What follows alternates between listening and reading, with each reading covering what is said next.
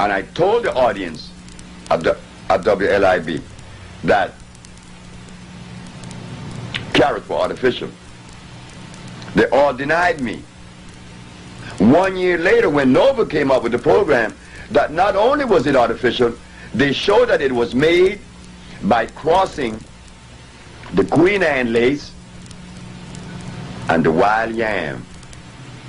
You do not mix herbs unless they belong to the same valence. What do I mean by that? I mean this. In the kingdom of life, a yarrow plant, which is known as the Queen Anne lace, could only and will only pollinate another Queen Anne lace. Why?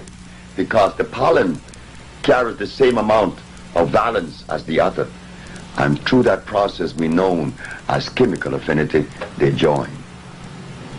Now, a mechanical mixture is when you cut a sliver in a plant, like the Queen Anne lace, and you cut a sliver in another plant, and you take out the heart of the stem, and you put it inside the Queen Anne lace, and you tape it. That is hybridization. Black people knows nothing about this. And now this plant produces something other than what it was originally, because now we are uniting Queen Anne lace with wild yam.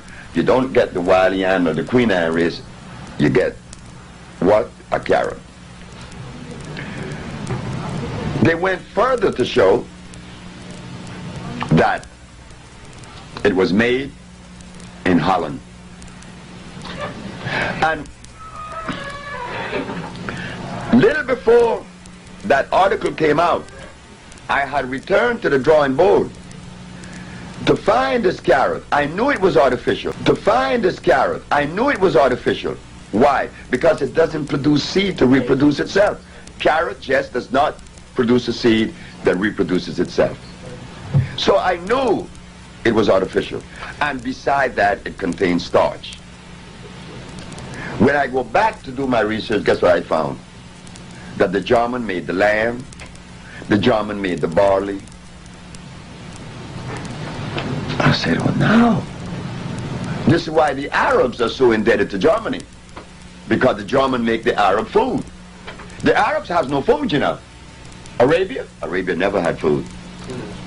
Arabia doesn't have food now. Nowhere in Arabia you find natural food. Everything the Arabs eat, the very Quran that they read came out of Germany. Also their food.